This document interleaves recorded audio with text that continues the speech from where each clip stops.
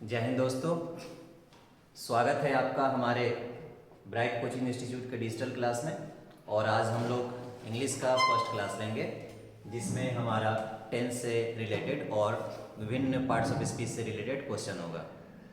कहते हैं कि मिलेगी मंजिल उनको यकीनन, मिलेगी मंजिल पंछियों को यकीनन, ये फैले हुए उनके पर बोलते हैं। लोग अक्सर ज़माने में कम बोलते हैं, ज़माने में जिनके हुनर बोलते हैं। तो ज़रूरी है आपके हुनर को बोलने की, तो शब्दों पर ध्यान ना देते हुए अपने कर्म पर ध्यान देते हैं और हमारे ये पहले प्रैक्टिस सेट को देखते हैं। तो क्वेश्चन नंबर 1 है हमारे सामने।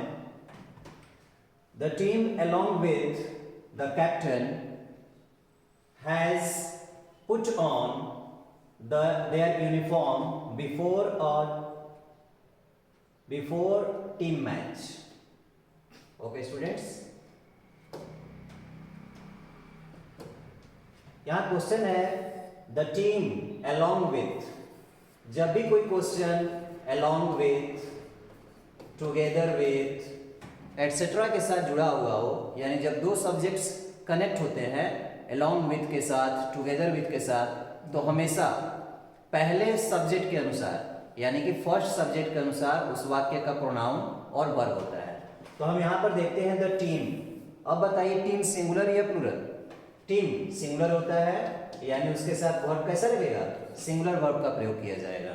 तो यहाँ पर लिखा हुआ है the team along with the captain has बिल्कुल सही है, यानी कि सिंगुलर है। लेकिन यहाँ पर देखिए लिखा हुआ है देयर नहीं होगा, सिंगुलर क्या होगा? इट का सिंगुलर इट्स, यानी कि पॉजेसिव एडजेक्टिव यहाँ पर किसका प्रयोग किया जाएगा? इट्स का। तो आप एग्जाम में अगर आपको एरर मारने को आए तो आप किस ऑप्शन में टिक करेंगे? Option number C. Okay students, अगर कोई भी प्रॉब्लम हो तो आप कॉपी में या फिर नीचे कमेंट बॉक्स में कमेंट कर सकते हैं। क्वेश्चन नंबर 2 को हम लोग देखते हैं। क्वेश्चन नंबर 2 है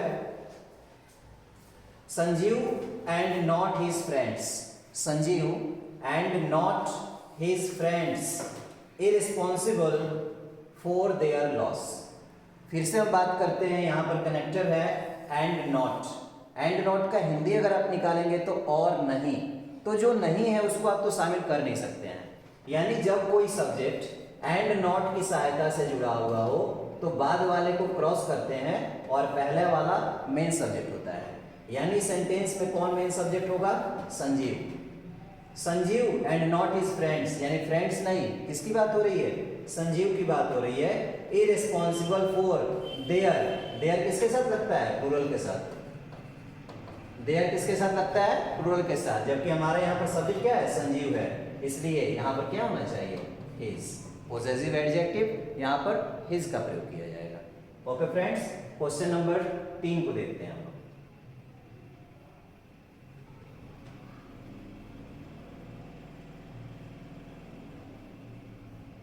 जो भी ना समझ में आया आप कमेंट में पूछ सकते हैं और वीडियो को पॉज करके अपने क्वेश्चन का सलूशन भी कर सकते हैं। क्वेश्चन नंबर 3 देखते हैं। Early to bed and early to rise, early to bed and early to rise make a man healthy wealthy and wise. ये क्वेश्चंस जो है एक प्रोवर्ब है, बहुत बार एग्जामिनेशंस में आ चुका है। Early to bed and early to rise एक आदत की ही बात हो रही है, इसलिए इस एक आदत की वजह से हम लोग इसको क्या मानेंगे? सिंगुलर। और सिंगुलर प्रोवर्ब, यानी यहाँ पर किसका यूज होगा? मेक का यूज नहीं होगा, मेक्स का यूज होगा। प्रेजेंट इंडेफिनिट टेंस में थर्ड पर्सन सिंगुलर नंबर के साथ एस या ईएस जोड़ते हैं, आप लोग पढ़ चुके हैं। क्वेश्चन नंबर 4 देखते हैं students. It was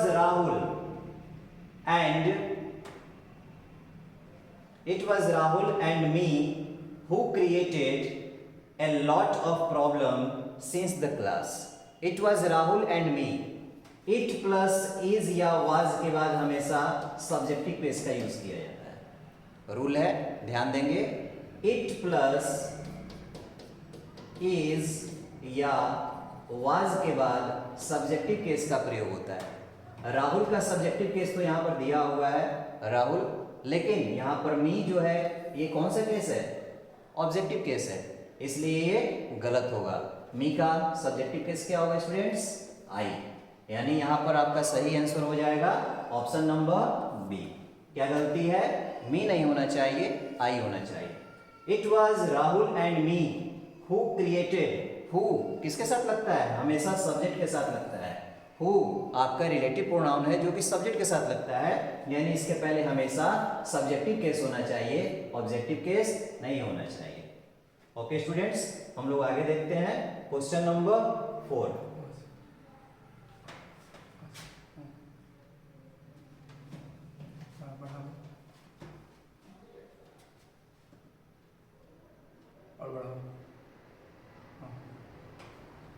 question number 5 हमारे सामने है। क्या लिखा हुआ है? Everybody knows the value of romance and realism are very important in a movie. सब लोग जानते हैं कि किसी सिनेमा के लिए, मूवी के लिए रोमांस और value of romance and realism, वास्तविकता और प्यार दोनों की जरूरत पड़ती है। देखते हैं हमारा मेन सब्जेक्ट यहाँ पर क्या है। जब दो सब्जेक्ट किसी प्रीपोजिशन की सहायता से जुड़े हो तो पहले वाला मेन सब्जेक्ट होता है। यानी जब कोई भी सब्जेक्ट किसी प्रीपोजिशन की सहायता से जुड़ जाए, जब कोई सब्जेक्ट प्लस कोई प्रीपोजिशन और फिर कोई सब्जेक्ट हो, किसी भी वाक्य का सब्जेक्ट, ये बहुत ही इंपॉर्टेंट वर्ड है, इसको याद रखिएगा। किसी भी वाक्य का सब्जेक्ट या तो नाउन होगा या प्रोनाउन होगा, और किसी भी वाक्य का ऑब्जेक्ट या तो नाउन होगा या प्रोनाउन होगा। इस नाउन और प्रोनाउन के अलावा पार्ट्स ऑफ स्पीच का कोई भी वर्ड, कोई भी पार्ट किसी वाक्य का ना तो सब्जेक्ट हो सकता है और ना ही ऑब्जेक्ट हो सकता है। फिर से बता दूं, किसी भी वाक्य का सब्जेक्ट और ऑब्जेक्ट या तो नाउन होगा या प्रोनाउन होगा। तो जब दो सब्जेक्ट या दो नाउन कह सकते हैं किसी प्रीपोजिशन की सहायता से जुड़े हों, तो हमेशा पहला वाला मेन सब्जेक्ट होता है, यानी कि फर्स्ट सब्जेक्ट मेन सब्जेक्ट होता है, और उस वाक्य में वर्ब और प्रोनाउन किसके अनुसार होंगे? फर्स्ट सब्जेक्ट के अनुसार ही होते हैं। तो इस नियम के अनुसार देखते हैं हमारा प्रीपोजिशन कहां पर लगा हुआ है। Everybody knows the value of क्या है? ऑफ प्रीपोजिशन है। एंड रोमांस रियलिज्म, यानी द वैल्यू। अब आप बताइए कि वैल्यू सिंगुलर है या प्लूरल है? वैल्यू, कीमत को तो गिन नहीं सकते हैं, ये अनकाउंटेबल नाउन है, सिंगुलर है, यानी इसके साथ वर्ब कैसा होना चाहिए स्टूडेंट्स? Singular verb. यहाँ पर आर लगा हुआ है, ये नहीं होगा, इसके जगह पर क्या होना चाहिए? इज होना चाहिए। Everybody knows the value of romance and realism is very important in a movie. Okay students, next question की तरफ चलते हैं। Match after match were seen. Match after match एक रूल बनता है, जब दो समान सब्जेक्ट यानी कि सेम सब्जेक्ट्स किसी प्रीपोजिशन की सहायता से जुड़ जाए। जब दो समान सब्जेक्ट किसी प्रीपोजिशन की सहायता से जुड़े तो वे हमेशा सिंगुलर रहते हैं और उनके साथ सिंगुलर वर्ब का प्रयोग किया जाता है। जैसे मैन आफ्टर मैन, या फिर मैच आफ्टर मैच। इसी प्रकार village after village, tree after tree, man to man, जब भी होगा तब सिंगुलर होगा। अब देखिए, मैच आफ्टर मैच सिंगुलर होगा, यहां पर लिखा हुआ है वर। वर का यूज किसके साथ होता है? प्लूरल के साथ, यानी यहां पर ये गलत है। सही आंसर होगा हमारा वाज होना चाहिए। Match after match was scene bye them, यानी कि हर मैच उनके द्वारा देखा गया।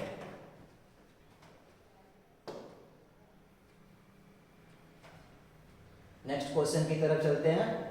Question number 7। A few hour of patience. A few hour of patience, अभी यही नियम दोबारा। जब दो सब्जेक्ट किसी प्रीपोजिशन की सहायता से जुड़े हो तो हमेशा फर्स्ट सब्जेक्ट मेन सब्जेक्ट होता है। देखिए यहां पर प्रीपोजिशन लगा हुआ है ऑफ, यानी कौन सा मेन सब्जेक्ट होगा? ये वाला। अब एक आवर की बात होगी तो सिंगुलर, और एक से ज्यादा आवर्स की बात होगी तो प्लूरल। अब देखते हैं। A few hour of patience were present, were spent. A few hour of patience were spent and his argument wild, यानी कि उसकी बहस में बहुत सारे समय क्या हो गया है? बर्बाद हो गया है। ए फ्यू आवर, यहां पर आवर क्या लिखा हुआ है? प्लूरल है, आवर आपका सिंगुलर है। देखिए इस क्वेश्चन को ध्यान से देखते हैं। आवर सिंगुलर है और आवर का प्लूरल क्या हो जाएगा? आवर्स। अब हमारे सामने दो ऑप्शन है।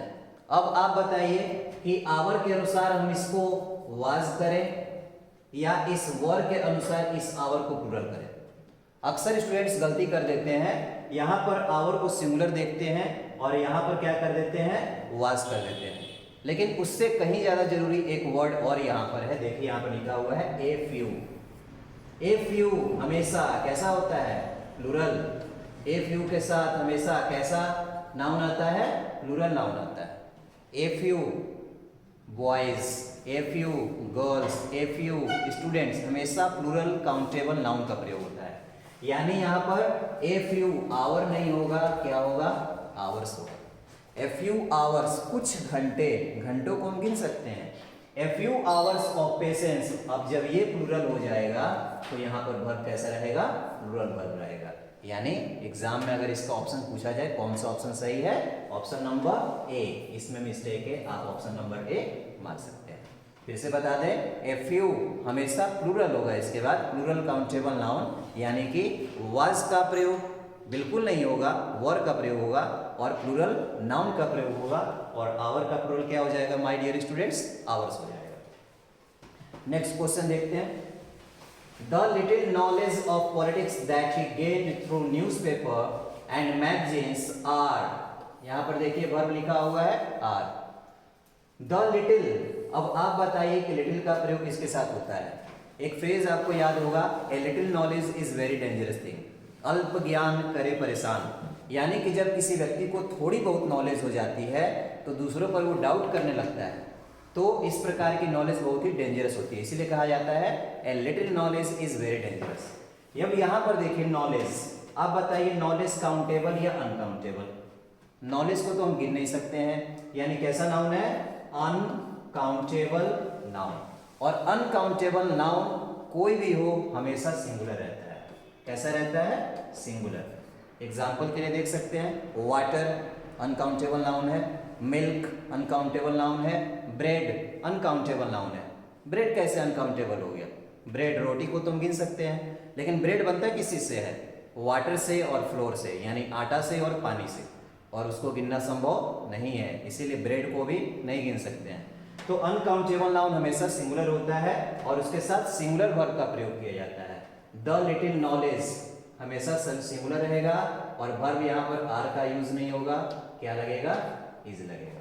तो हमारा सेंटेंस बनेगा, a little knowledge of politics that he get through newspaper and magazines are not sufficient. Sufficient मतलब क्या होता है बताइए। तो आप लोग के लिए स्पेशल क्लास आएगी वर्ड्स मीनिंग से भी रिलेटेड, इसमें हम लोग एंटो और साइनो याद करेंगे। सफिशिएंट, SUFFICIENT, सफिशिएंट का मतलब क्या होता है। जब आप किसी के पास कॉल करते हैं और आपका बैलेंस खत्म हो गया हो तो बोलता है you have insufficient balance in your account so you can not call this number. यानी आपके अकाउंट में बकाया राशि कम है इसलिए आप इस नंबर पर बात नहीं कर सकते हैं। तो इनसफिशिएंट का मतलब होता है कम और सफिशिएंट का मतलब होता है काफी। तो जो उसने थोड़ी बहुत नॉलेज इकट्ठा की है, गेन किया है, प्राप्त किया है, कहाँ से, न्यूज़पेपर से और मैगजीन से, आर नॉट सफिशिएंट, उतना काफी नहीं है, उसका काम चलने वाला नहीं है। तो एग्जाम में हम देखेंगे द लिटिल हमेशा सिंगुलर, नॉलेज अनकाउंटेबल नाउन है सिंगुलर, इसलिए वर्ब क्या हो जाएगा, यहाँ पर आर का यूज नहीं होगा, इज का यूज होगा। ओके स्टूडेंट्स, नेक्स्ट क्वेश्चन को देखते हैं हम लोग, question number 9। Which one of these umbrellas belong to you? Which one? Which one? अब आप बताइए कि वन सिंगुलर या प्लूरल, क्या होगा, वन सिंगुलर होगा या प्लूरल होगा, हमें पता है हमेशा कैसा होता है, सिंगुलर होता है। Which one of these mangoes, यानी यहाँ पर बहुत सारे मैंगोज हैं, उन बहुत सारे मैंगोज में से किसकी बात हो रही है, केवल एक मैंगोज की बात हो रही है, किसी भी एक की बात हो रही है, सिंगुलर होगा या प्लूरल होगा, सिंगुलर होगा, हमेशा सिंगुलर ही हो सकता है। जब विभिन्न में से किसी एक को चुनते हैं वन ऑफ दोज हमेशा सिंगुलर होगा, अगर टू ऑफ दोज की बात करेगा तब प्लूरल हो जाएगा। Which one of these umbrellas belong to you, जब वन रहेगा तो वर्ब में एस या एस का यूज होगा, प्रेजेंट इंडेफिनिट टेंस, यानी यहाँ पर बिलोंग नहीं होगा, क्या होना चाहिए, बिलोंग्स होना चाहिए। नेक्स्ट क्वेश्चन को देखते हैं। The quarter of this chapter, quarter of this chapter, कितने चैप्टर है, एक चैप्टर है, एक ही चैप्टर है, सिंगुलर चैप्टर, यहाँ पर कहीं एस या एस नहीं लगा हुआ है। अगर आप इसका क्वार्टर करेंगे, क्वार्टर मतलब क्या होता है, एक चौथाई, एक क्वार्टर, एक क्वेश्चन का अगर आप 4 भाग करेंगे या एक चैप्टर का 4 भाग करेंगे, वो प्लूरल हो जाएगा, कभी नहीं हो सकता है। जब एक है तो सिंगुलर, हाफ होगा तो सिंगुलर, और उसका 1/4 भी करेंगे तो सिंगुलर ही होगा, और जब सिंगुलर रहेगा तो वर्ब कैसा लगेगा, सिंगुलर वर्ब लगेगा। The quarter of this chapter, are का यूज नहीं होगा स्टूडेंट्स, क्या लगेगा यहाँ पर, इज लगेगा। The quarter of this chapter is yet to be completed by your teacher of English, यानी कि इस चैप्टर का अभी 1/4 करना बाकी है। तो हम देखते हैं यहाँ पर, देखिए एक और वर्ड लिखा हुआ है, टीचर ऑफ इंग्लिश, इस पर ध्यान देंगे, टीचर ऑफ इंग्लिश। कुछ लोग गलती से क्या बोलते हैं, इंग्लिश टीचर, जो कि गलत है, English teacher, English teacher. English teacher का यूज कभी आप नहीं कर सकते हैं। हाँ, आप मैथ्स टीचर, रीजनिंग टीचर का यूज कर सकते हैं, लेकिन इंग्लिश टीचर का यूज नहीं होगा। क्यों नहीं होगा, क्योंकि इंग्लैंड में रहने वाले लोगों को क्या कहा जाता है, इंग्लिश कहा जाता है, यानी कि यहाँ पर इंग्लिश क्या है, एडजेक्टिव है, और टीचर क्या है, नाउन है। तो इंग्लैंड के किसी भी टीचर को, भले वो संस्कृत क्यों ना पढ़ाता हो, अरेबिक क्यों ना पढ़ाता हो, कोई और लैंग्वेज क्यों ना पढ़ाता हो, आप उसको इंग्लिश टीचर ही कहेंगे। लेकिन हम लोग जो इंग्लिश पढ़ाते हैं वो हम इंग्लिश ग्रामर या इंग्लिश लिटरेचर पढ़ाते हैं, यानी कि कुल मिलाकर वो एक सब्जेक्ट है, तो इसको कहना सही होगा टीचर ऑफ इंग्लिश, जो कि यहाँ पर बिल्कुल सही दिया हुआ है। गलती है हमारा, यहाँ पर इज का यूज होगा। The quarter of this chapter, 1/4 हमेशा कैसा रहेगा, सिंगुलर होगा। अगले क्वेश्चन की तरफ चलते हैं, बहुत इंपॉर्टेंट क्वेश्चन है। The tax treaty between India and Switzerland have been, अब देखिए सेम रूल आ गया, एक ही रूल पर देखिए कितना क्वेश्चन मिलता है। जब भी प्रीपोजिशन की सहायता से कोई सब्जेक्ट जुड़ेगा तो हमेशा फर्स्ट सब्जेक्ट के अनुसार सिंगुलर या प्लूरल होगा। देखिए यहाँ पर बिटवीन प्रीपोजिशन है, बिटवीन के पहले लिखा हुआ है टैक्स ट्रीटी, कैसा है, सिंगुलर है, और जब सिंगुलर है तो सिंगुलर वर्ब का यूज होगा। आगे देखिए यहाँ पर हैव लगा हुआ है, हैव किसके साथ लगता है स्टूडेंट्स, प्लूरल के साथ, और हैव का सिंगुलर क्या होता है, हैज, यानी वहां पर किसका यूज होगा, हैज का यूज होगा।